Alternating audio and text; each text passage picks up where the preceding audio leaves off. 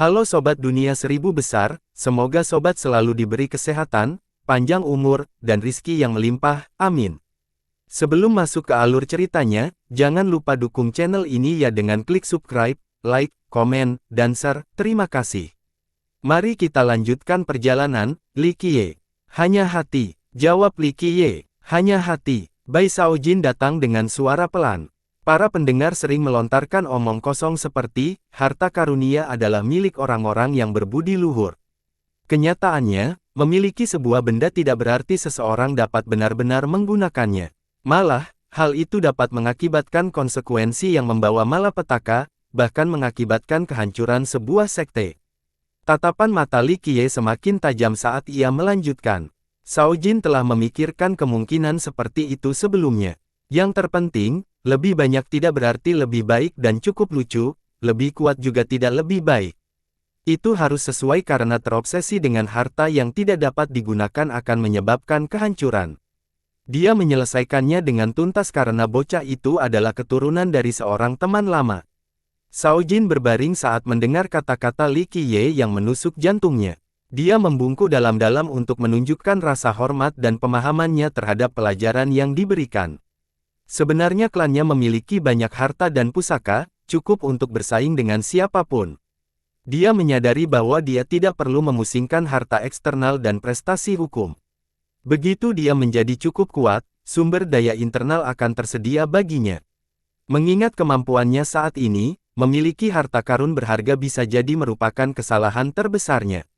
Tiba-tiba, percakapan mereka diakhiri oleh suara keras dan ketukan yang datang dari luar. Jian Yunyun mengerutkan kening dan pergi untuk membuka pintu. Ketika dia membukanya, dia melihat sekelompok murid mengenakan seragam yang sama. Murid-murid ini elit dianggap di sekte manapun. Kerutan di dahi semakin dalam saat dia mengenali mereka sebagai anggota sekte dewa, yang saat ini belajar di luar negeri. Apa itu? Tanyanya. Salah satu dari mereka membungkuk dan berkata, Nona Jian, kami minta maaf atas gangguan ini. Kami sedang memeriksa teman-teman siswa yang baru saja kembali. Apa keseluruhannya denganku? Katanya dengan nada kesal. Mereka telah menerima perintah dari para senior untuk mencari kebajikan dengan memeriksa calon tersangka. Immortal Pagoda dan Sword Grasp bertekad untuk mencapai tujuan ini. Meskipun mereka semua adalah pelajar, status Jian Yunyun jauh melampaui mereka semua. Dia berpotensi menjadi penerus aliansi dan bahkan primal. Para pengunjung yang tidak diundang ini tidak berani menyakiti perasaannya. Akan tetapi, mereka tetap harus melaksanakan misi dan memenuhinya, karena hal itu merupakan hal yang sangat penting dan kelalaian tidak dapat diterima. Tidak apa-apa, kakak senior Jian. Seorang siswa yang lebih tua berbicara dengan cepat dan tersenyum, kami hanya mendengar bahwa Anda membawa seorang teman pulang. Anda tahu bahwa orang baik dan jahat berbaur di luar negeri, jadi kami ingin teman Anda mendaftar untuk menjaga keselamatan semua orang. Dia memberikan alasan yang tepat dan dapat diterima. Tidak perlu, kata Yunyun dingin. Dia memiliki kekuasaan dan kekuatan untuk mendukung kata-katanya. Jika terjadi kecelakaan nyata, akan sulit bagi mereka untuk menemukan murid yang tidak mampu menghentikannya. Para siswa saling bertukar pandang setelah mendengar ini. Ada apa? Sebuah suara terdengar dari aula. Mereka melihat ke dalam dan melihat Li Qiye berjalan keluar. Itu dia. Seorang siswa meninggikan suaranya. Semua mata tertuju pada Li Qiye saat dia keluar dari rumah. Bai Shaojin sudah keluar dari pintu belakang di bawah perintah Li Qiye. Orang-orang dari dewa senang melihatnya. Salah satu pembicara sebelumnya berkata, kakak senior Jian, kami hanya ingin mendaftarkannya dengan mengajukan beberapa pertanyaan dasar, tidak ada maksud jahat. Murid itu menoleh ke Li Qiye dan bertanya dengan sopan, saudara, bolehkah aku bertanya dari mana asalmu? Dia ingin mendapatkan informasi itu dengan cepat sebelum Jian Yunyun sempat menolak. Tugas itu penting, dan jika gagal menyelesaikannya, dia akan mendapat hukuman dari anggota senior sekte itu. Li Qiye memberikan jawaban yang tidak berkomitmen, saya hanya seorang pejalan kaki. Saya berasal dari tempat asal saya. Kelompok itu saling bertukar pandang, beberapa tampak kesal. Salah satu dari mereka berteriak, berani sekali kamu tidak menanggapi ini dengan serius. Anggota Dewa bangga terlepas dari asal-usul mereka yang sebenarnya. Garis keturunan itu telah berkuasa sejak lama, dan mereka bangga akan hal ini. Oleh karena itu, tanggapan acuh tak acuh Li Qiye dianggap sebagai hasutan. Siapa yang memberi hak untuk berteriak di depan kami? Mata Yunyun berubah agresif saat dia melepaskan aura kedaulatannya. Aura itu memenuhi halaman dan membuat para siswa yang tidak diundang membeku, seolah-olah mereka dibebani oleh tekanan yang sangat besar seperti beratnya gunung. Mereka terkejut dan terhuyung mundur. Meskipun dia bukan jenius teratas generasi ini, dia tetaplah penguasa tertinggi. Mereka saling bertukar pandang, menyadari bahwa posisi mereka tidak menguntungkan. Nona Yun, jangan marah. Saya minta maaf atas nama mereka. Orang lain melangkah maju, memancarkan aura kuat yang mengimbangi auranya. Para anggota Sekte Dewa memberi jalan kepadanya dan membungkuk, menunjukkan rasa hormat. Pemuda itu memiliki lingkaran cahaya di belakangnya, bersinar dengan aura yang mengesankan yang membuat orang lain terkesima dan gemetar di hadapannya. Halo keturunan, Yunyun sedikit mengernyit setelah melihatnya. Nona Yun, panggil aku Huan Tian, tidak perlu menjadi orang bernyanyi. Dia tampak seperti penggemar Yunyun. Aku tidak menyangka kau akan mendukung dewa. Dia tidak berniat membalas perasaan itu dan berkata dengan dingin. Nenek-nenek moyang kuno kita berada di dekat pagoda abadi, aku di sini untuk sedikit membantu. Jawabnya, penyebutan leluhur ini langsung membuat suasana hening. Ia merujuk pada dewa penguburan langit yang legendaris. Itu masalahmu, jangan sombong di halaman rumahku. Pergilah, jawabnya tegas. Namun Halcyon tidak berniat pergi, mengutarakannya pada Li Qiye, Nona Yun, dari mana dia berasal. Bukan urusanmu. Ekspresi Jian Yunyun semakin tidak bersahabat. Pada titik ini, banyak siswa netral telah berkumpul di sekitar rumah Jian Yunyun, menyaksikan kejadian tersebut dan memberikan komentar. Faktanya, telah terjadi ketegangan yang mendasari di luar negeri selama 2 hari terakhir. Anggota Deity telah bekerja sama untuk memata-matai sesama siswa. Kasus-kasus yang lebih sederhana telah mengakibatkan interogasi kecil-kecilan, sementara yang lain telah meningkat menjadi interogasi besar-besaran. Mereka berasal dari sekte rakyat yang membenci tindakan para anggota dewa. Namun, karena mereka bersatu dan kuat, tidak ada yang dapat dilakukan untuk menghentikan mereka.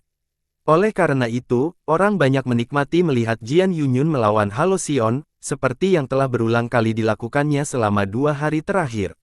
Banyak yang tidak berani menentangnya, karena dia adalah seorang yang tangguh dan paling penting, merupakan keturunan Dewa Skistomper. Itulah kakak senior Jian, keren sekali. Seorang murid berbisik. Para penggemarnya hanya memberikan pujian kepadanya. Salah satu dari mereka berkata, jelas, dia tidak lebih lemah dari Halcyon sama sekali, dan perlukah saya menjelaskan lebih? Lanjut tentang prestisenya. Halcyon tampak malu setelah menerima reaksi tegas dari Yunyun. Dia tersenyum kecut dan berkata, Nona Yun, ini demi kebaikan Anda, jika kalau terjadi sesuatu yang mencurigakan. Tidak perlu, silakan kembali, ini Akademi Istana Luar Negeri, bukan dewa. Dia menolak. Kelompok itu menemukan diri mereka dalam posisi sulit karena sikapnya yang tidak kenal menyerah. Nona Jian, Anda salah paham. Di luar negeri banyak penjahat dan pencuri yang berkeliaran. Sebuah suara yang tenang menjawab. Pemuda lain muncul dan semua orang dari dewa memerintahkan kepala padanya. Ia mengenakan jubah hijau tua, memancarkan aura ketampanan dan kewibawaan. Ia menyerupai pisau tersembunyi, siap memenggal kepala kapan saja, tatapannya yang tajam membuat orang lain gemetar. Bangsawan muda yang terampil berpedang. Beberapa orang mengucapkan gelarnya dengan cepat. Bahkan mereka yang memiliki prasangka buruk terhadap dewa menundukkan kepala. Jadi itu pendukung mereka, bisik yang lain. Tentu saja, ini jelas mengingat kesombongan mereka baru-baru ini. Bangsawan muda itu adalah penguasa abadi. Hanya 1 atau 2 siswa di luar negeri yang lebih kuat darinya.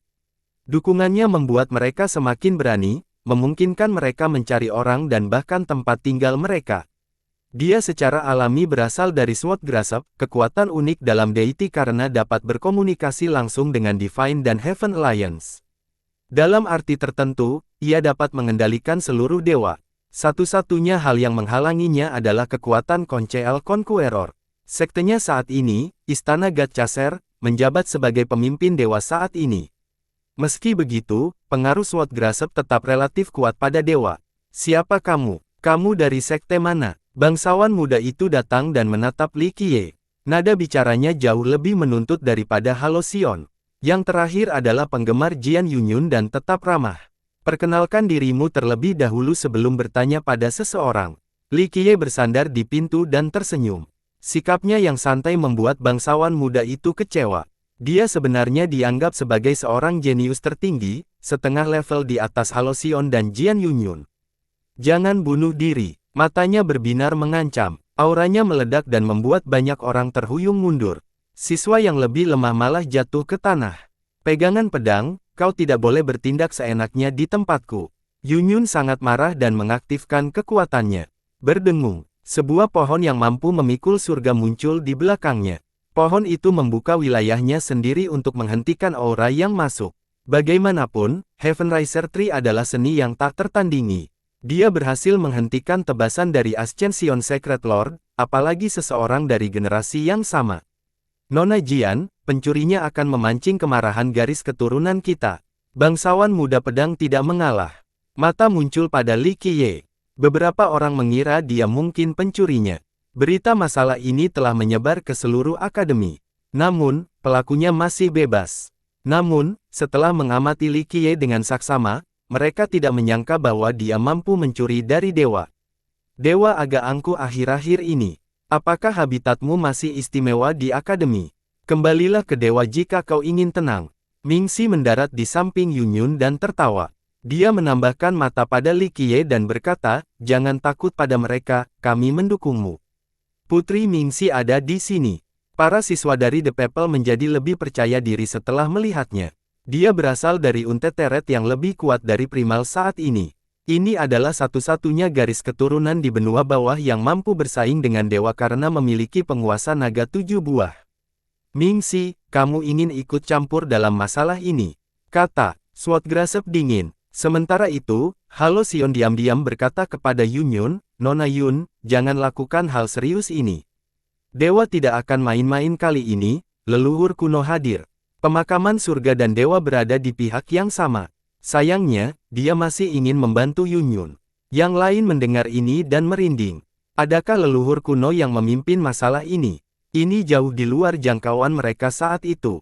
Jadi apa? Silsilah kita bisa membawa 10 orang ke sini sekarang, kau bukan satu-satunya yang memiliki leluhur kuno. Mingxi tidak takut, tidak seperti Yunyun. Primal saat ini tidak memiliki solidaritas dan dia tidak berdaya. Tentu saja, seorang anggota The People berteriak, kami juga punya nenek moyang kuno. Benar sekali, dewa seharusnya lebih tahu daripada menggonggong di sini. Yang lain bergabung setelah keterlibatan Unteteret. Bangsawan muda pedang memiliki ekspresi yang buruk. Jian Yunyun tidak hanya menantang gengsinya tetapi juga memprovokasi dewa. Mereka hanya ingin mencari, tidak menduga akan ada begitu banyak perlawanan sampai menjadi masalah ras versus rakyat.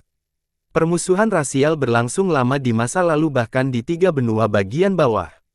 Sayangnya, perang besar berakhir dengan perdamaian. Mereka berbaur satu sama lain dan berhenti berdetak. Pertempuran kecil tidak dapat dihindari tetapi gambaran keseluruhannya tampak optimis. Abroad Hall adalah contoh yang sempurna. Belum lagi para pelajar, bahkan para penakluk dari kedua belah pihak hidup berdampingan dengan damai. Saat ini, Swordgrasp yang nobel merasa bangga dengan garis keturunan dan latar belakangnya. Oleh karena itu, tidak dapat dihindari untuk memandang rendah rakyat. Namun, para siswa itu berteriak dan meremehkan Drache. Dia tentu saja tidak menoleransi hal ini. Kedengarannya seperti The People adalah sekelompok pencuri, yang tidak mau bersikap transparan.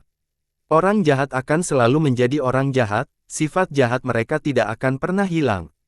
Namun, Anda sudah bertindak terlalu jauh dengan mencuri dari dewa. Ini dapat dihukum mati. Genggaman pedang tidak menahan diri. Bah, Mingxi langsung menjawab, kau bertindak seolah-olah ras dan dewa lebih unggul. Jika dewa begitu hebat, mengapa ia tidak bisa menghentikan penakluk bercahaya untuk menghancurkannya? Benar sekali, dewa tidak berhak menindas orang tanpa konsekuensi. Beberapa siswa dari The People mulai berteriak. Iblis akan berdiri bersama rakyat di sini karena dewa telah melampaui batasnya. Kultivator lain berkata, keturunanmu kehilangan sesuatu dan langsung meninggalkan kami, ingin menggeledah rumah-rumah siswa. Apakah kamu masih menganggap semua orang sebagai pendosa? Tidak, ini di luar negeri, tunjukkan rasa hormat. Orang ini tidak lain adalah Goldcrest yang Nobel dari Demon. Dia memilih untuk mendukung Mingxi dan Jian Yunyun karena dia ingin menyenangkan Yunyun. Sebelum adanya klasifikasi, banyak iblis yang menjadi bagian dari 100 ras. Mereka juga dianggap sebagai pendosa oleh pengadilan surgawi. Hari ini, setan berdiri bersama rakyat. 10 gunung besar tidak selalu mengikuti aturan tetapi mereka sering mendukung rakyat jika suatu pilihan harus dibuat. Benar sekali, banyak yang mendukungnya. Goldcrest memang seorang jenius dari Demon dan faksi kami. Tentu saja, dia tidak peduli dengan pujian-pujian ini dan mendekati Yunyun. Nona Jian, apakah Anda setuju? Anda benar sekali, Saudara Goldcrest, katanya datar. Meskipun dia tidak terlalu menerima, dia tetap merasa puas. Terima kasih, terima kasih. Mingxi mengirimkannya dan berkata, aku tidak tahu kalau ayam jantan begitu pandai menyenangkan wanita. Tidak, aku hanya mengatakan kebenarannya. Goldcrest tertawa terbahak-bahak. Sungguh tidak tahu malu, komentar Mingxi. Mereka yang berasal dari dewa dikepung di semua lini. Ekspresi Sword Grasp yang nobel menjadi semakin tidak menyenangkan. Apakah ini tantangan bagi dewa? Tanyanya dingin. Jangan coba-coba menakut-nakuti kami, macan kertas. Kau tidak berbicara atas nama dewa atau penakluk tersembunyi. Mingxi membalas dengan keras, kalau begitu, izinkan aku bertanya padamu, apakah ini tantangan bagi Unteteret? Dia meniru nada dan sikapnya pada kalimat terakhir sebelum tertawa bahak. Penonton tampak menikmati leluconnya dan ikut tertawa. Sikapnya yang berani membuat mereka yakin bahwa dewa tidak akan bisa mengambil tindakan seenaknya. Li Qiye juga tersenyum karena dia menikmati lidahnya yang cerdas. Sepertinya sudah waktunya untuk mengetahui siapa yang lebih unggul. Sword Grasp sangat marah. Klang, pedang kilatan tampak di matanya. Semua orang merasakan pedang Dao yang mengerikan berhembus di udara. Para siswa yang lebih lemah langsung ditekan. Penguasa abadi, bahkan para siswa terbaik pun mundur, tidak berani-berani. Hanya siswa seperti Mingxi, Jian Yunyun, dan Goldcrest yang nobel yang mampu menahannya. Jika kamu ingin berkelahi, kamu mendapatkannya. Yunyu mengaktifkan pohon Heaven Riser-nya lagi. Kamu bisa mencegahnya dengan menyerahkan bocah itu. Dia menatap Li Qiye. Anda tidak bisa mengatur orang di luar negeri, katanya. Nona Yun, tidak perlu ikut campur dalam urusannya, ini masalah serius. Desak Halcyon. Tidak, jika Tuan Muda Pedang ingin menjadi angkuh, maka aku ingin melihat ilmu pedang hari ini. Goldcrest melangkah ke depan Yunyun, ingin menggantikannya. Betapa tegasnya, aku yakin kakak akan menghargai langkahmu.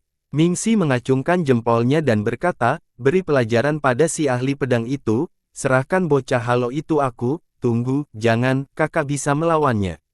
Baiklah, Goldcrest termotivasi karena sifat kompetitifnya dan ini merupakan kesempatan untuk mendapatkan poin romansa. Energi iblisnya melonjak, meskipun tubuhnya kecil, orang-orang merasa seolah-olah dia telah menjadi raksasa. Aura yang sangat mengagumkan, dia jelas merupakan pesaing utama. Kata salah seorang penonton. Baiklah, Sword Grasp mengintensifkan auranya dan melumpuhkan banyak penonton. Banyak yang gemetar ketakutan setelah merasakan energi pedang ini. Halo, bagaimana kalau kita bertanding? Tanya Yunyun. Halcyon tersenyum kecut dan melirik Li Qiye, Nona Yun, Anda tahu bahwa saya tidak punya niat untuk melawan Anda. Namun, jika dia benar-benar pelakunya, saya sekali lagi meminta Anda untuk menyerahkannya, bukan karena saya bekerja untuk dewa atau semacamnya. Saya ketika mengatakan bahwa dewa memiliki beberapa leluhur kuno di sini saat ini, saya hanya menginginkan yang terbaik untuk Anda serius. Ini memang benar, dia berasal dari Heaven Burial dan tidak perlu bekerja keras. Namun, dia berteman baik dengan kelompok Sword Grasp. Yang terpenting, dia ingin Yunyun menjauh dari kekacauan ini karena dewa memiliki pembudidaya kuat yang tersedia. Aura Goldcrest dan Sword Grasp memenuhi area tersebut dan membuat para siswa siap. Energi iblis yang dimilikinya menyerupai tsunami yang abadi segalanya. Energi Sword Grasp sangat tajam dan membuat mereka berada di jangkauan merasakan sakit yang menusuk tulang. Mereka adalah beberapa jenius terkuat di luar negeri. Penonton dengan bijaksana mundur untuk menghindari cedera yang tidak perlu. Beberapa siswa yang cakap berbisik-bisik di antara mereka sendiri. Mereka yang berasal dari Derace berpihak pada Sword Grasp dan begitu juga sebaliknya. Ledakan. Tiba-tiba, sebuah sosok muncul, mendarat dengan dampak yang kuat sehingga menciptakan lubang yang dalam dan memecahkan tanah di sekitarnya. Dia berdiri di sana dan melepaskan aura mengamuk yang jauh. Melampaui kedua jenius itu, seorang Raja Naga, semua orang merasakan sesuatu yang berbeda. Kekuatan ini membekukan penguasa tertinggi dan abadi, membekukan penonton dengan keras. Semua mata tertuju pada pendatang baru ini, seorang pemuda yang diselimuti cahaya.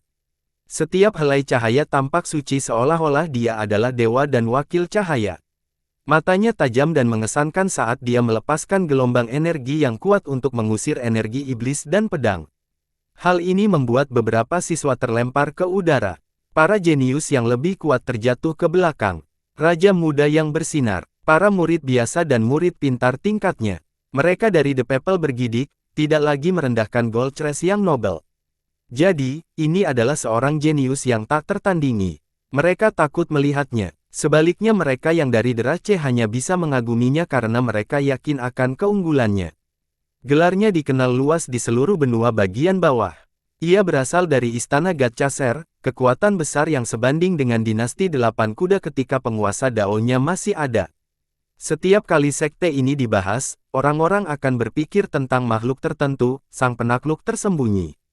Namun, ada jenius hebat lainnya, Radiant Monarch.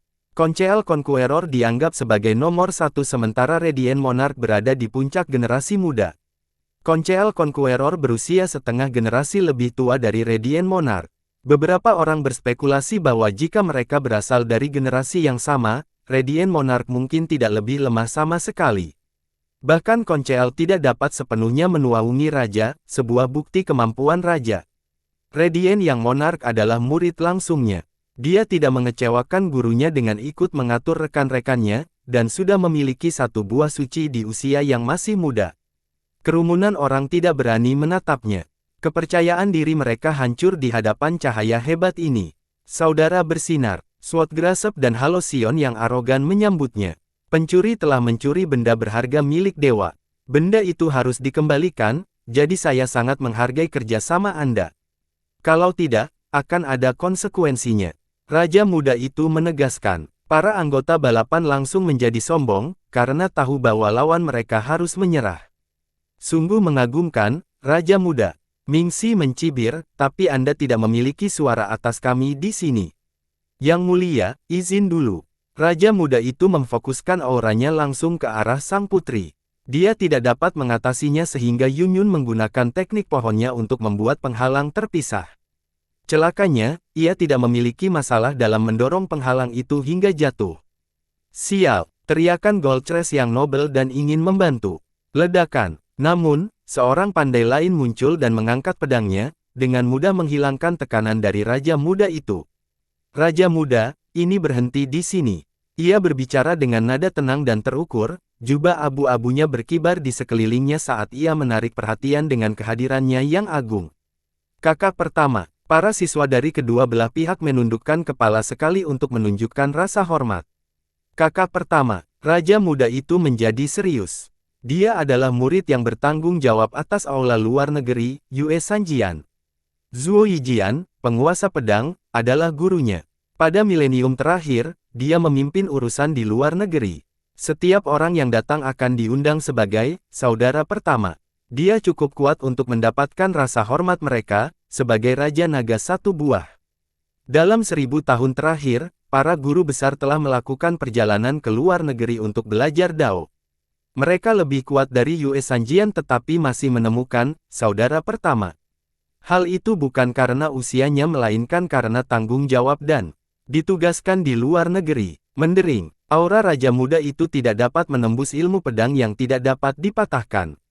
Pedang himne dapat terdengar dan itu benar-benar mendorong kembali cahaya. Kakak pertama, ekspresi Raja muda itu berubah masam. Yue Sanjian memegang tangannya dan berkata, ini berakhir di sini. Semuanya, pergilah. Kakak pertama, membiarkan pencuri merajalela akan menurunkan prestise aula luar negeri. Raja muda itu tidak mau menyerah. Dia dengan bijak mengabaikan tindakan dewa dan malah fokus pada pencuri. Luar negeri adalah lembaga pendidikan untuk semua orang, baik mereka orang suci maupun penjahat. Gengsi abadi luar negeri tidak akan hancur hanya karena masalah kecil ini.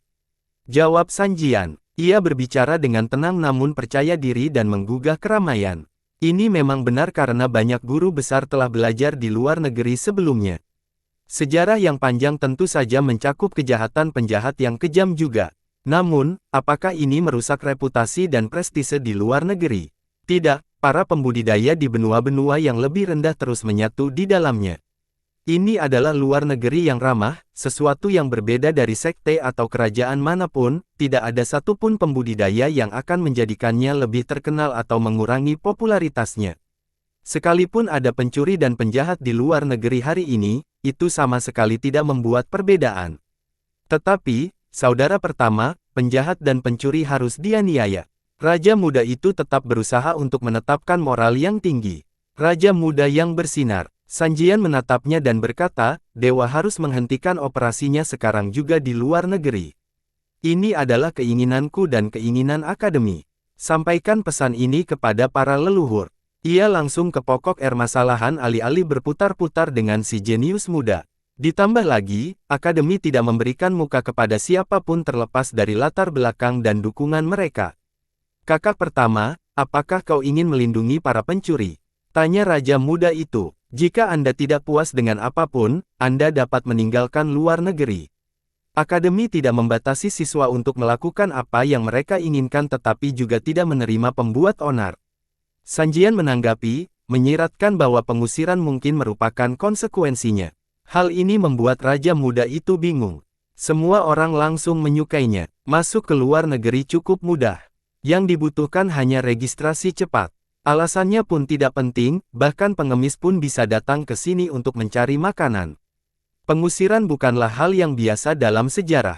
Lagi pula, jika orang-orang membenci tempat ini, mereka bisa pergi begitu saja. Dalam arti tertentu, diusir akan menjadi hal yang sangat jarang, bahkan mungkin belum pernah terjadi sebelumnya, dan mengarahkan. Semua orang di benua yang lebih rendah akan mendengar hal ini dan intimidasi mereka. Rumor-rumor juga mungkin beredar mengenai keadaannya, benar atau tidak. Karena penjahat kejam telah datang ke sini tanpa diusir, apa yang harus dilakukan seseorang untuk menerima hukuman ini? Oleh karena itu, raja muda itu tidak menginginkan aib itu. Penghinaan ini akan menyusul seumur hidup. Teman-temannya, Swordgrasp dan Halo, juga tidak ikut campur. Latar belakang mereka tidak penting karena bahkan Conche el Conqueror pun mematuhi peraturan di sini. Pada akhirnya, raja muda itu mengerutkan keningnya sekali sebelum pergi. Melontarkan kata-kata kasar tidak ada gunanya karena akademi telah menunjukkan pendiriannya, tidak mengizinkan dewa untuk melanjutkan pencariannya. Masalah ini sudah selesai, bubarlah. Sanjian memberitahu banyak orang lalu pergi. Kedua kubu berbaring di sana karena mereka tahu bahwa dia hanya menjalankannya. Dia tidak pernah memilih kasih kepada kedua kubu. Sebelumnya, kerumunan itu bubar, meninggalkan Li Qiye dan yang lainnya. Bangsawan muda, kami baru saja melindungimu, bukankah ini sumbangan yang besar? Jika kamu punya sesuatu yang bagus, kamu harus membaginya dengan kami. Mingxi menuangkan mata padanya. Sumbangan besar, tidak, memang seharusnya begitu. Jika rakyat tidak menunjukkan solidaritas, mereka pantas diganggu oleh ras. Li Qiye mendengus. Kau benar, bangsawan muda. Jawab Yunyun. Pada awalnya, jika siswa dari The People menunjukkan cukup keberanian dan solidaritas untuk menghentikan pencarian dewa, hal ini tidak akan terjadi sejak awal. Pelit sekali, gumam Mingxi dengan cara yang lucu. Saat percakapan berlanjut, seorang gadis dengan bintik-bintik di wajahnya mendekat. Meskipun pakaiannya sederhana dan wajahnya biasa saja, matanya tampak mencolok saat dia menatap Li Qiye. Dia tampak seusia dengan Azui dari Eight Stallion. Matanya penuh dengan semangat dan kecerdasan. Auranya yang tenang menyerupai batu berat yang tenggelam di air mati seolah-olah dia telah bersumpah demi diam. Berbagai hukum dan dunia itu sendiri menemukan gambaran di hadapannya. Hanya angin sepoi-sepoi yang tertinggal dan aliran air mata air yang tenang. Hal ini membantu mereka yang dekat dengannya menemukan kedamaian, tidak perlu berbicara, hanya ketenangan. Dia berdiri di depan Li Qiye dan menatapnya. Bintik-bintiknya yang mencolok tidak merusak kecantikannya, namun justru menonjolkannya. Dia tampak bahagia seperti burung pipit kecil dan menularkan suasana hatinya kepada semua orang. Matanya yang besar dan bulat seakan berbicara kepadanya. Li Qiye berjongkok untuk menatap matanya. Rasanya seperti berada di tengah lautan. Anak kecil, apakah ada yang ingin kau katakan kepada bangsawan muda itu? Tanya Ming Xi. Gadis itu tidak menjawab dan terus menatap Li Qiye. Li Qiye pun melakukan hal yang sama, memandangi matanya yang seperti permata. Setelah beberapa saat, dia mengusap kepalanya dengan lembut sebentar sebelum menariknya kembali. Dia tersenyum bahagia dan sesuatu yang mirip dengan harmonisasi Dao pun terjadi. Dia lalu berbaring di dalam Li Qiye sebelum pergi. Gadis itu tidak bisa bicara, mungkin dia memang tidak bisa. Kata Ming Xi, dia bisa. Li Qiye tersenyum. Jadi, kamu tahu tentang dia? Ceritakan padaku. Tanya Ming Xi. Li Qiye hanya tersenyum sebagai jawaban. Dia bergabung pada waktu yang hampir bersamaan dengan kami, tetapi aku juga belum pernah mendengar dia berbicara sebelumnya. Goldcrest yang nobel menjadi penasaran. Banyak siswa asing yang aneh dan menarik, dia salah satunya, kata Yunyun. Ya, memang misteri. Ming Xi berkata, tidak ada yang tahu asal-usul-usul dan metode pengajarannya. Dia tidak berbicara atau bergaul dengan siapapun. Awalnya, Ming Xi mengira gadis berbintik-bintik itu bisu dan tidak bisa bicara. Hal ini membuatnya bersimpati, jadi dia bertanya kemana-mana untuk mendapatkan informasi tentang gadis itu, tidak ada yang tahu apapun. Yunyun dapat mengetahui dari senyuman Li Qiye bahwa dia dapat melihat apa yang sedang terjadi namun tidak ingin memberitahu mereka. Gadis berbintik-bintik itu meninggalkan kesan yang mendalam dalam dirinya. Mengapa dia ada di luar negeri? Dia tidak tampak seperti manusia biasa atau seseorang dari sekte yang lebih kecil karena tubuh manusia tidak akan memiliki banyak spiritualitas di matanya. Tentu saja, dia hanya penasaran dan tidak merasakan simpati yang sama seperti Ming Xi. Yang terakhir berbeda karena dia berasal dari Unteteret. Garis keturunan ini saat ini sangat kuat. Dia memiliki senior yang kuat yang mencintainya. Lingkungannya yang baik menumbuhkan kebaikan dan niat baik. Hal yang sama tidak berlaku untuk Yunyun. Primal saat ini sedang kacau dan dia dibebani. Dengan tanggung jawab, dia tidak punya waktu untuk menyalahkan hal lain. Kelompok itu kembali ke dalam rumah. Ming Xi duduk dan berkata, dewa pasti telah kehilangan sesuatu yang luar biasa, itulah sebabnya kelompok Raja Muda bersinar begitu cemas. Ya, lagi pula, Sword Grasp dan Immortal Pagoda bekerja sama, begitu pula Istana Gatchaser. Gatchaser sangat sombong dan tidak suka bekerja sama dengan orang lain kecuali jika itu adalah sesuatu yang sangat penting. Goldcrest menambahkan, biasanya, Sword Grasp School memiliki posisi unik di Deity. Generasi saat ini merupakan transmisi karena Conceal Conqueror. Keberadaannya mendorong Gatchaser melampaui semua sekte lain di Dewa. Selain itu, ia juga memiliki Radiant Monarch. Yunyun terhibur karena dia tahu penjelasannya, kebajikan. Tentu saja, dia tidak dalam posisi untuk memberitahu mereka. Baiklah, jika tidak ada yang lain, mari kita istirahat dulu. Li Qiye tersenyum dan tidak tertarik dengan masalah ini. Dia hanya ingin mengunjungi akademi sebentar untuk melihat tempat tua ini. Ada hal lain lagi, hal yang sangat menarik. Ming Xi mendengus padanya. Apa itu? Tanyanya. Kelas kita akan segera lulus, ungkapnya. Goldcrest dan Yunyun saling bertukar pandang, menjadi emosional. Waktu berlalu begitu cepat, tidak heran mengapa beberapa orang bertahan setelah masa jabatan mereka berakhir, kata Goldcrest dengan nada sentimental. Tidak ada persyaratan untuk berhenti setelah lulus. Jika seseorang memiliki nyali, mereka dapat terus bertahan. Beberapa orang bahkan akan melakukannya seumur hidup mereka. Atas kemurahan hati ini, mereka yang kemudian sukses akan mengirimkan hadiah yang luar biasa kembali ke sini. Bagaimanapun, itu sulit. Masa-masa mereka di akademi mungkin adalah masa yang paling mudah. Masa-masa itu memberi mereka perlindungan dan ketenangan, tidak perlu khawatir tentang hidup dan mati. Karena kita akan lulus, kita perlu memberikan sesuatu sebagai hadiah untuk akademi, kata Ming Xi.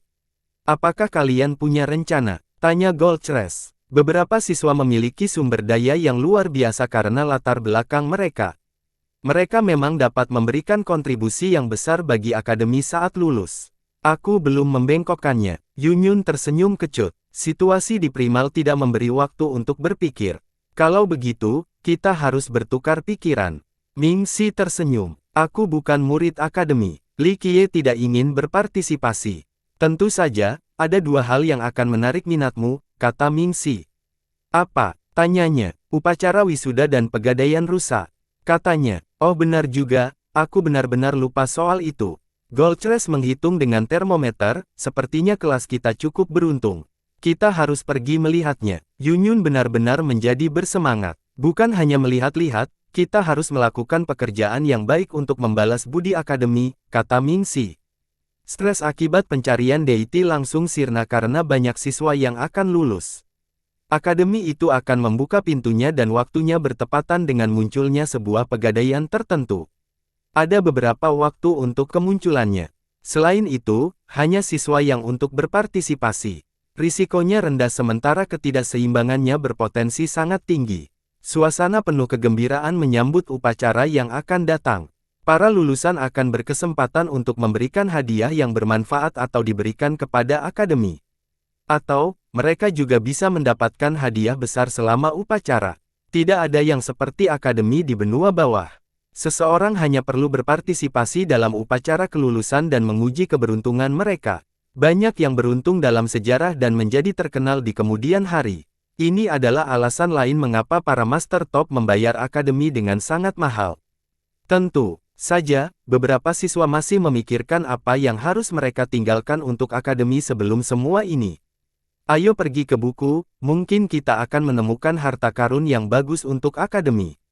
Seorang jenius dari kekuatan besar memikirkan masalah ini. Tentu saja, yang lain hanya peduli dengan keuntungan mereka sendiri selama upacara. Diskusi pun bermunculan di mana-mana. Jika kita bisa mendapatkan harta karun penakluk iblis saat upacara persetujuan, kita bisa menaikinya sampai ke puncak. Kata seorang siswa, nenek-nenek moyang kita meninggalkan pusaka di sini, saya ingin mengembalikannya kepada generasi ini. Seorang anggota sekte yang sedang berharap kesempatan ini untuk menghidupkannya kembali. Jangan lupakan pegadaian rusa. Kalau kita beruntung di sana, kita bisa membayar kembali akademi itu. Kata yang lain, beberapa orang hanya menginginkan segalanya tanpa membayar harga apapun. Dalam benak mereka, mereka ingin menjadi tak terpecahkan terlebih dahulu, tidak akan terlambat untuk kembali ke akademi setelahnya. Sementara itu, akademi juga sibuk menggantungkan lentera-lentera merah. Kemudian pada hari itu, lentera-lentera itu melayang di udara dan menciptakan jalan setapak yang mencapai cakrawala. Skyway sudah berdiri sekarang. Kita sangat beruntung, pegadaian akan benar-benar ada di sana. Banyak siswa yang sangat gembira. Ayo, jangan buang-buang waktu lagi.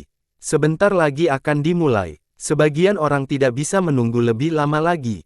Sayangnya, tempat itu sudah penuh sesak bahkan sebelum acara dimulai. Bagaimanapun, semua orang dari luar negeri berusaha untuk datang ke sana. Kita juga harus pergi, semua orang sudah ada di sana.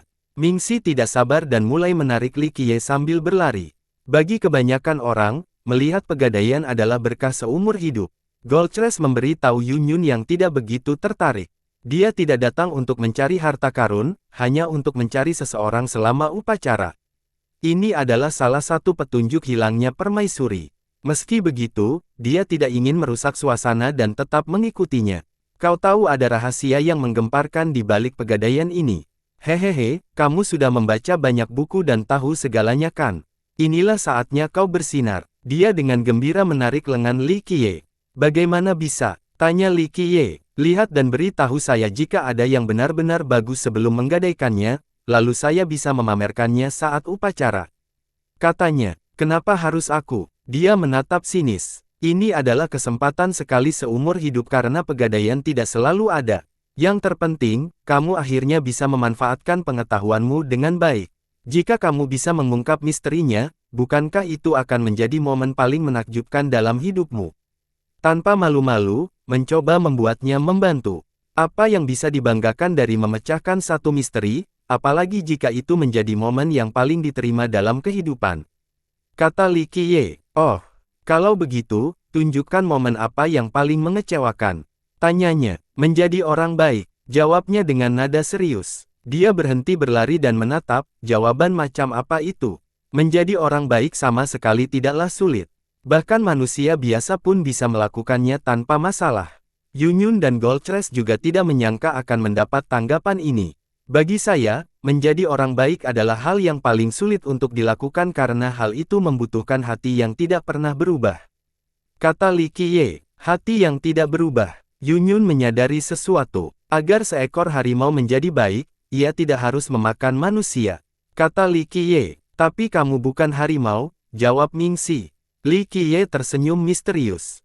Entah kenapa, senyum ini membuatnya merinding. Baiklah, jangan gila padaku sekarang, kita bisa menguji keberuntungan. Kita saja. Mingxi menahannya dan terus menarik Li Qiye ke depan. Begitu mereka sampai di sana, mereka melihat bahwa tempat itu sudah penuh sesak. Meskipun demikian, siswa laki-laki datang dan menunjukkan tempat kepada mereka. Sepertinya pesona kakak besar kita tak tertandingi. Mingxi tertawa melihat para pelamar membuka jalan bagi mereka. Sebentar lagi akan dimulai, kata seorang siswa. Mereka adalah salah satu kelompok terakhir yang tiba di sana. Semua orang diam-diam menunggu kedatangan pegadaian. Angin jahat. Li Qiye tiba-tiba menyadari sesuatu dan memfokuskan jauh ke langit. Apa yang kamu bicarakan, angin jahat? Tanya Mingxi. Yunyun dan Goldcrest juga tidak merasakan apapun. Li Qiye tidak menunduk selama beberapa saat, masih sambil tersenyum. Apakah ada yang aneh? Bisik Yunyun. Itu akan datang, kata Li Qiye. Sang putri mendengar ini dan meraih tangan Li Qiye lagi, kamu harus membantuku, biarkan aku beruntung sekali. Aku bukan bintang tabunganmu, bagaimana mungkin aku bisa melakukan itu? Jawab Li Qiye. Tidak, lakukan sekarang juga. Dia menirukan pandangan dengan genit berulang kali, berusaha mengisyaratkan manis, pegadaian ini benar-benar memiliki banyak rahasia, nenek-nenek moyang kita telah mencoba sebelumnya tetapi tidak berhasil. Jangan malu sekarang dan melewatkan kesempatan langka ini adalah kesempatanmu. Nada bicaranya menjadi tegas di akhir, menyebabkan dua orang lainnya tidak puas dengan kepala. Sang putri tidak punya rasa malu, komentar Goldcrest. Aku tantang kamu untuk mengungkapkannya lagi, Rooster. Mingxi memelotot ke arahnya. Dia terkekeh dan tidak takut padanya. Ditambah lagi, dia memberi banyak keleluasaan karena sifatnya yang periang dan baik hati. Sekarang, kata Li Qiye. Mingxi berhenti dengan Goldcrest dan menatap ke langit.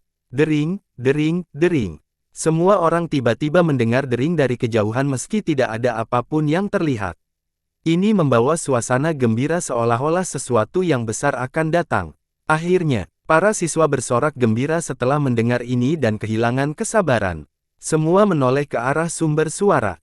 Radiant yang monark dan Swordgrasp yang nobel juga hadir, berbagi kegembiraan yang sama. Bunyi menelepon itu semakin menyenangkan dan keras. Tiba-tiba, sesosok muncul dan meninggalkan jejak gelap di sepanjang jalan. Setiap lompatan terdiri dari 10 juta-juta, membawa dari lanskap ke atas akademi dalam waktu singkat. Ya, seru para siswa, ini dia, ini dia. Mingxi tak dapat menahan kegembiraannya dan menggenggam tangan Li Qiye lebih erat, bangsawan muda, lihat rahasianya. Jadi ternyata yang disebut pegadaian itu adalah kereta yang ditarik oleh seekor rusa.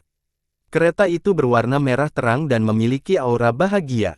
Sebuah lentera digantung di dekatnya, hampir kehabisan minyak sehingga apinya berkedip-kedip. Meskipun demikian, lentera itu berhasil menyelesaikan jan bagi kereta. Semua orang kemudian menoleh ke arah pengemudi, seorang pria tua yang juga mengenakan jubah merah terang. Jubah itu menutupi seluruh tubuhnya dan mencegah orang lain melihat tubuhnya. Dia juga mengenakan topi merah di atas janggut putihnya yang panjang, menyembunyikan wajahnya. Hal yang menarik perhatian semua orang adalah sebuah karung besar tepat di belakangnya. Rupanya karung itu berisi banyak harta karun. Tunggu, semuanya terbuat dari kayu. Beberapa siswa memperhatikan hal ini dan merasa terkejut. Semuanya terbuat dari kayu, baik rusa, kereta, maupun lelaki tua itu. Setelah diamati lebih dekat, mereka tampak tidak diukir tetapi merupakan entitas yang sebenarnya. Seolah-olah ada sejenis pohon yang tumbuh menjadi bentuk ini setelah bertahun-tahun yang tak terhitung jumlahnya. Entitas ketiga, itu adalah satu, tidak terpisahkan. Selain itu, mereka memiliki hubungan dengan dunia itu sendiri. Saat terbang di udara, benda itu tidak berbeda dengan udara atau bumi. Saya tidak menyangka ini, kata seorang pelajar baru. Ini pegadaian, dari dulu memang seperti ini, kata seorang teman yang mendengar cerita itu dari leluhurnya. Jadi, apakah rumor itu benar? Tanya murid pertama, ragu dengan kemampuan luar biasa makhluk ini. Itu sudah ada selama jutaan tahun. Terlebih lagi, itu mungkin sudah ada sejak berdirinya akademi, jadi ceritakan saja padaku. Temannya berkomentar sambil memandang seolah-olah dia orang bodoh. Banyak kisah tentang orang-orang beruntung yang menjadi master berkat peristiwa ini, yang terbaru adalah Green Mountain Conqueror. Dia adalah seorang jenius hebat dari reinkarnasi namun memiliki masalah dengan Dao Agung, tidak mampu menyelaraskan dirinya dengannya. Sebagai seorang pelajar di luar negeri, ia akhirnya menemukan gulungan dari peristiwa ini, dan harmonisasi pun menjadi mungkin. Berkat bakat bawaannya, Dao menjadi cukup mudah baginya untuk menjadi seorang penakluk. Ini adalah contoh utama dari potensi manfaat yang berasal dari acara ini. Oleh karena itu, semua siswa bersemangat untuk berpartisipasi. Lama tak melompat, teman-teman muda. Pria kayu itu berbicara. Suaranya tidak berbeda dengan suara kakek yang masih hidup dan penuh dengan kehidupan. Nada bicaranya menenangkan dan menghibur para pendengar, mengubah keadaan pikiran mereka.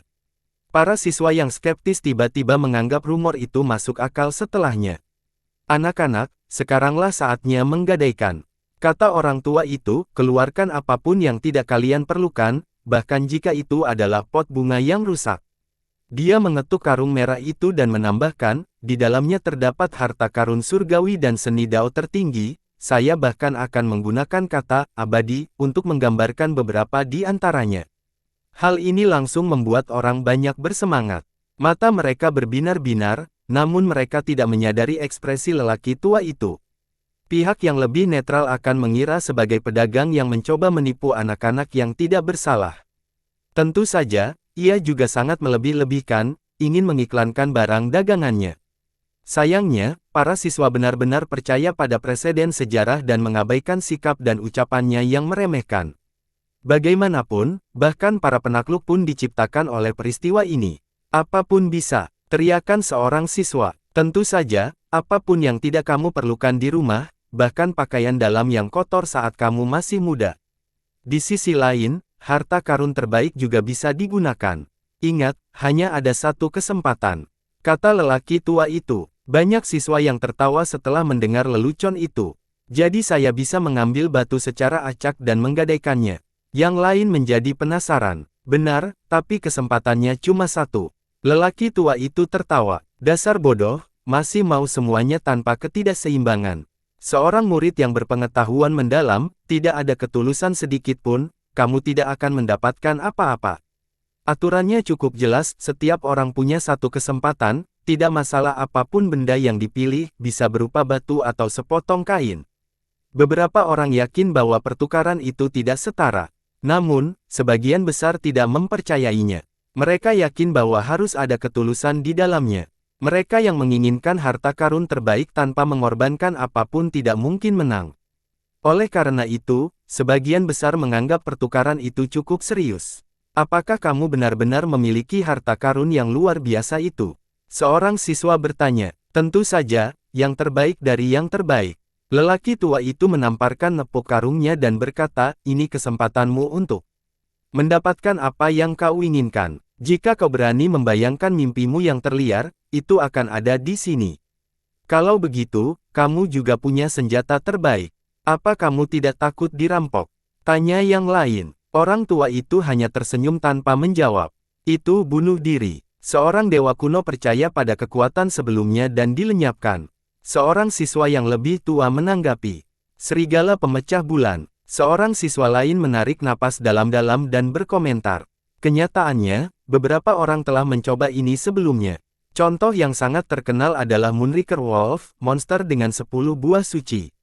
Dia menunggu di luar negeri hingga acara tersebut untuk penyergapan, hanya untuk turun sebagai pengingat yang tragis. Menurut legenda, ia ditangkap oleh orang tua itu dan dibuang ke dalam karung, dan tidak pernah muncul lagi. Oleh karena itu, para guru besar sendiri tidak berani mencoba, apalagi para muridnya. Baiklah, anak-anak, mari kita mulai. Kita tidak punya banyak waktu. Lelaki tua itu tersenyum lebar, tampak seperti pedagang asongan yang menjual barang dagangan murahan kepada anak-anak yang tidak tahu apa-apa. Aku akan mencoba. Seseorang menjadi tidak sabar tetapi temannya menariknya kembali. Jangan jadi yang pertama, ku dengar pedagang pertama selalu mendapat nasib buruk. Bisik sang teman. Jelaslah bahwa mereka menyadari hal ini ragu-ragu dan menunggu orang lain. Benarkah? Tanya murid itu. Ya, peluang menangnya sudah rendah. Peluangnya paling buruk untuk yang pertama dan terakhir, kata teman itu dengan percaya diri. Namun, seorang pemuda yang mengenakan jubah ketat menentang kepercayaan ini. Ia melangkah maju, ditemani aura murni. Meskipun tidak disebutkan, aura itu menghadirkan kehadiran abadi. Segala hal lain termasuk kekuatan Dao dipaksa masuk ke dalam rotasi. Para siswa gemetar dan tidak berani mendekatinya. Bangsawan muda dari kota reinkarnasi, King Songke. Semua orang di luar negeri tahu siapa dia, seorang jenius yang setingkat dengan Yunyun dan yang lainnya. Dia berasal dari salah satu dari 12 garis keturunan reinkarnasi. Ia mendekat dan membungkuk ke arah lelaki tua itu. Tuan, saya mendengar bahwa sang penakluk Gunung Hijau telah memperoleh harta dari Anda, sebuah gulungan yang menakjubkan. Bolehkah saya bertanya apakah ini benar? Semua orang mendengarkan dengan penuh perhatian karena mereka mengetahui kisah populer tersebut. Terlalu banyak teman muda yang datang dan aku tidak ingat. Orang tua yang tidak tertarik dan berjabat tangan, jika kamu ingin menggadaikan sesuatu, lakukan saja, ada antrean panjang di belakangmu. Songke menarik napas dalam-dalam. Meskipun dia bukan dari Gunung Waktu sebagai penakluk, dia selalu menganggap Gunung Hijau sebagai berhala. Dia ingin berpartisipasi dalam proses gadai dan menjadi penakluk Green Mountain kedua. Maka, ia mengertakkan gigi dan mengambil keputusan. Ia mengeluarkan sebuah kotak dan membukanya, menampilkan cahaya lembut. Dia menyerahkannya kepada lelaki tua itu dan berkata, ini adalah batu giok air tersentuh langit milik kota kita. Saya menggadaikannya. Sial, banyak siswa berseru. Ini adalah produk khusus dari kota itu. Hanya satu yang muncul setiap 1000 tahun. Orang tua itu tidak peduli untuk melihatnya. Ia bersantai dan melepaskan ikatan karung, sambil berkata, pergilah, satu kesempatan lagi. King Songke mempersiapkan diri dan meraih ke dalam karung. Semua orang menonton dengan napas tertahan dan menjadi gugup. Bagaimanapun, dialah yang pertama kali mencoba. Jika dia sangat tidak beruntung, kemalangan ini bisa mempengaruhi seluruh acara. 1 detik pada saat ini terasa seperti selamanya. Waktunya habis, kata lelaki tua itu. Dengan enggan dia menarik tangannya kembali, menampilkan kepada banyak orang bahwa dia tidak menemukan apapun. Seperti rumor yang beredar, yang pertama selalu membawa sial, kata seorang siswa dengan nada kecewa. Selanjutnya, kata lelaki tua itu, kegagalan Songke tidak menghentikan orang lain untuk mencoba. Godaan untuk sukses terlalu besar. Saya pergi. Murid berikutnya mengeluarkan batu api biasa. Dia mengulurkan tangannya sedikit dan mengeluarkan sebatang logam berkilau. Logam gunung merah. Seseorang mengenali imot itu dan berteriak, itu keuntungannya lumayan besar. Tentu saja ini bukanlah keberuntungan yang luar biasa, tetapi keuntungan cepat yang diperoleh memberi harapan bagi semua orang. Giliranku, giliranku. Tidak, aku mendahuluimu. Titik. Para siswa ingin mengalahkan satu sama lain hingga garis akhir karena ini merupakan jalan pintas menuju supremasi. Di antara mereka ada beberapa orang yang berjiwa tulus yang menggadaikan harta karun terbaik. Sayangnya, sebagian besar beruntung dan hanya menggadaikan barang-barang yang paling biasa saja. Beberapa contoh termasuk buku panduan pukulan dari dunia fana dan salep biasa. Beberapa mengeluarkan beberapa barang aneh yang mungkin diambil secara acak, tidak bernilai 1 koin pun. Orang tua itu langsung dikelilingi oleh para siswa yang berteriak-teriak. Dia menerima semua barang itu tanpa melihat lebih jauh. Seolah-olah sampah dan harta karun itu sama saja di matanya. Oleh karena itu, beberapa orang berpikir untuk hanya menggunakan barang-barang termurah yang ada untuk digadaikan, dengan percaya bahwa keberuntungan merupakan faktor yang paling penting. Tentu saja beberapa teman mereka tidak setuju dan mencemooh mereka. Seorang pria berkata, yang Anda gadaikan bukanlah barang Anda, melainkan harta Anda. Hanya ada satu, jadi ketulusan sangat penting di sini. Namun, mayoritas dari kedua belah pihak tidak memperoleh apapun. Pihak yang paling beruntung sejauh ini hanya memperoleh beberapa harta yang layak. Ini mungkin tidak benar, bagaimana mungkin aku bisa setidak beruntungnya? Seorang siswa berkata dengan marah setelah menggadaikan harta karunnya yang paling berharga dan hanya mendapatkan satu yang layak untuk pemula. Dia kehilangan segalanya dan sangat marah. Terima saja kekalahan itu dengan lapang dada, tidak ada yang memaksamu untuk bermain. Kata lelaki tua itu sambil tersenyum ramah. Hal ini memang benar, orang tua itu tidak memaksa siapapun untuk berdagang. Selain itu, tidak ada seorang pun di sini yang dapat melakukan apapun kepadanya karena dia jelas lebih kuat dari mereka. Tidak semuanya mengeluh. Yang lain menukar barang biasa tetapi akhirnya mengambil pagoda dari karung. Ledakan, ombak menerjang dan menghantam dada semua orang, menyebabkan mereka seolah merasakan olah tubuh mereka hancur. Sungguh harta karun. Mereka mengamati rune dan hukum kuno yang berputar di sekitar pagoda. Pagoda itu tampaknya mampu menerangi langit dan bumi. Anak muda, kamu cukup beruntung mendapatkan pagoda pemakan dunia ini. Orang tua itu tertawa. Terima kasih, senior. Murid itu diliputi emosi. Ia membungkuk pada lelaki tua itu dan langsung menghilang di antara kerumunan.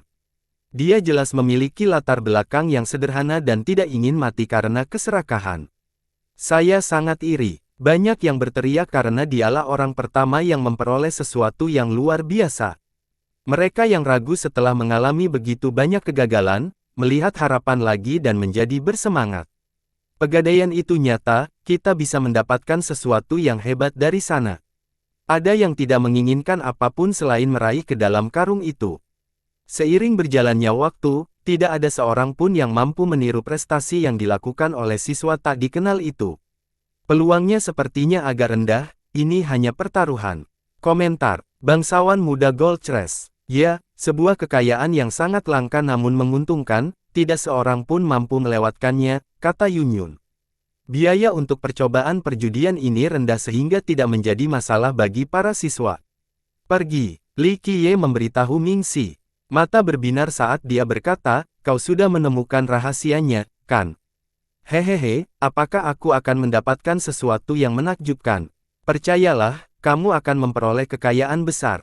Li Qiye tersenyum dan mengusapnya. Pernyataan percaya dirinya itu menarik perhatian yang tidak diinginkan. Menurutmu siapa dirimu? Orang tua itu mungkin bisa mengatakan ini, tapi kamu hanyalah seorang junior. Ketahuilah tempatmu, kata seorang siswa. Tentu saja, orang-orang di sekitar memperhatikan kelompok mereka. Bagaimanapun, kelompok itu terdiri dari 3 orang top di luar negeri. Mereka tidak tahu siapa Li Qiye dan bertanya-tanya mengapa dia bersama mereka. Bersambung,